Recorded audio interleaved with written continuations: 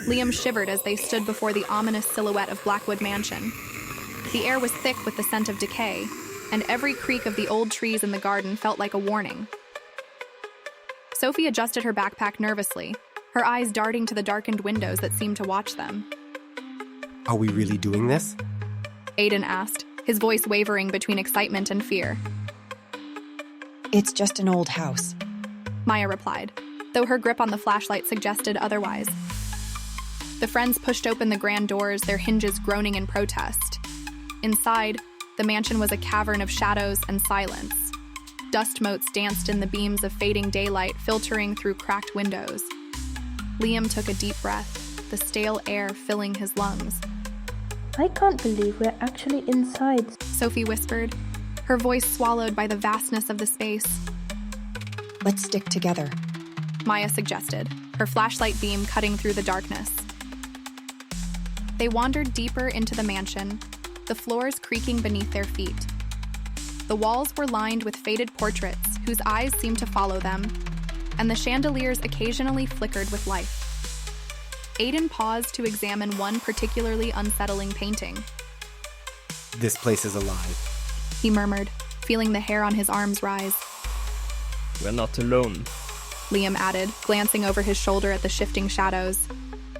The group entered a vast library, its shelves towering and filled with ancient tomes. Papers littered the floor, and a cold draft whispered through the room, carrying with it a faint, haunting melody. Sophie picked up a dusty book, running her fingers over its cracked leather cover. These books are centuries old. She marveled, her voice echoing off the walls. I don't like this, Maya said, edging closer to the group as the temperature dropped. Suddenly, they stumbled upon a massive oak door, its iron lock imposing and immovable. Liam tried the handle, but it refused to budge. A sense of dread settled over them, the realization that they might be trapped sinking in. We need to find another way out. Aiden urged, panic creeping into his voice. or someone to let us out. Maya added, eyeing the shadows that seemed to pulse with malevolent intent. As they turned to retrace their steps, the shadows around them began to move, twisting into grotesque forms.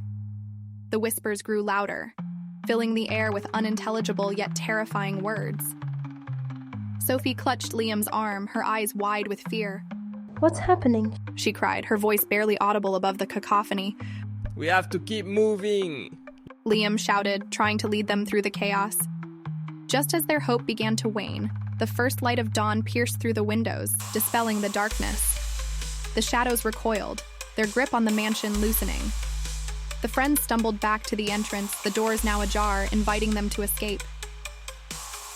We're getting out of here, Maya declared, her voice filled with relief.